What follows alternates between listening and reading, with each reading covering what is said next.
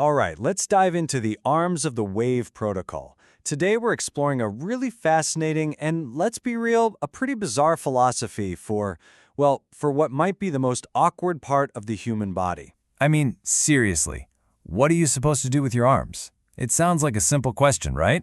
But think about it for a second. When you're walking, when you're just standing there, what are they actually for? If you've ever felt like you're just dragging them around, trust me, you are not alone. This quote wow, it says it all, doesn't it? Those bewildered serpents of flesh. This isn't just some fleeting feeling you get. No, this is a real modern condition. The source material actually calls it the tragedy of the arms, and it paints this picture of an invisible epidemic of awkwardness. Okay, so Section 1, the tragedy of the arms. This is all about that invisible epidemic of awkward gestures. We're going to get into exactly why our arms can feel so disconnected. And then we'll look at how this strange new philosophy, the wave protocol, offers a pretty radical solution. And here is the absolute core of the wave protocol. It says, your arms aren't limbs. They're drunken compass needles. So you need to forget everything you think you know. Forget that your arms are just tools for lifting or carrying. Instead, I want you to picture them as these chaotic, super responsive instruments, like compass needles just spinning wildly in the middle of a storm that is your body's movement. Moving on to Section 2, useless, therefore free. This is all about how to outsource your flailing to the cosmos. See, the protocol's main idea is actually really simple.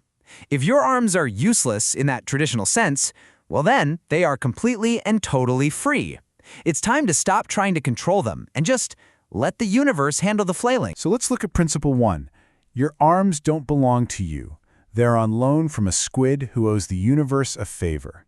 Look, I know, it sounds completely absurd, but the whole point is to get you to detach from this idea that you have to manage your arms all the time. Apparently, they've got their own cosmic agenda. Your job is just to let them be. And then we have Principle 2, which is about as practical as it gets. When running, let them dangle like overcooked linguine. If they hit your ribs, you're winning. So forget those rigid, pumping arms. The real goal here is total relaxation. And that little smack against your ribs? That's not a mistake. Nope. That's actually a sign you're finally letting go correctly. That's the sound of victory right there. Okay, Principle 3. The proper arm swing is a myth invented by people who fear joy. This one is a direct shot at our entire fitness culture, isn't it? The protocol is basically saying that our obsession with proper form, it's just a way to stifle natural, way more joyful movement. So this is all about reclaiming that joy by just tossing that myth out the window. All right, Section 3, experiments in liquid limbs. This is where we reattach our arms to the wave mind. So the big question is, how do you actually do this? How do you connect your arms to this wave mind?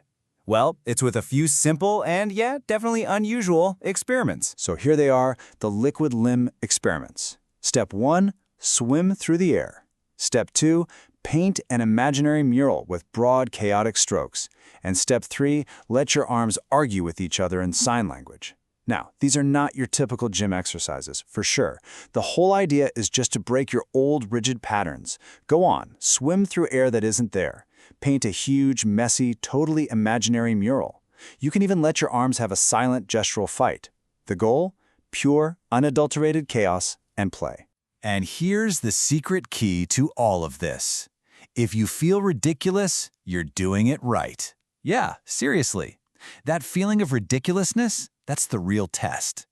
It's the single best sign that you've finally broken free from all that self-consciousness, that you're no longer trying to look correct. It actually means you're getting it. And that leads us to Section 4, Forbidden Cross-Lateral Magic.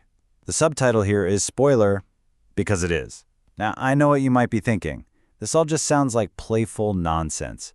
But the protocol claims there is some real magic behind it all, and it's rooted deep in how our bodies are actually wired. So here's the term cross-lateral movement. and the definition is just perfect. Your right arm knows what your left foot is doing, but your brain wasn't invited to the meeting. This is the secret sauce. It's this natural, primal connection between opposite sides of your body, a neurological link that, get this, works best when your conscious brain just gets the heck out of the way. So what we have here is a choice. On one side, you've got linear prisoner mode, trapped, rigid, basically afraid of joy.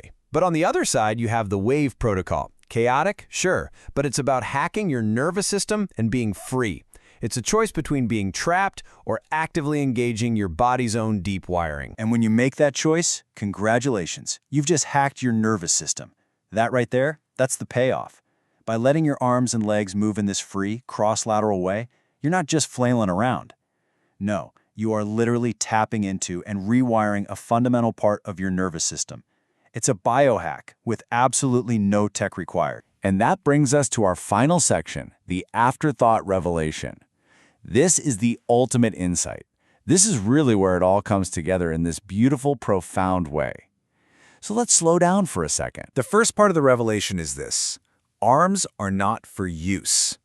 Just let that sink in for a moment. The ultimate point here is to completely stop seeing your arms as just functional tools, things that you have to employ correctly. No, their purpose is something else entirely. See, they are the universe's way of Tickling gravity. I mean, what a fantastic image, right? Your arms aren't for lifting things or pointing at stuff. They are instruments of cosmic joy. They're literally the universe's way of playing with one of its own fundamental forces. So what do you do with this knowledge? You let them writhe. You let them dangle. You let them conduct invisible orchestras.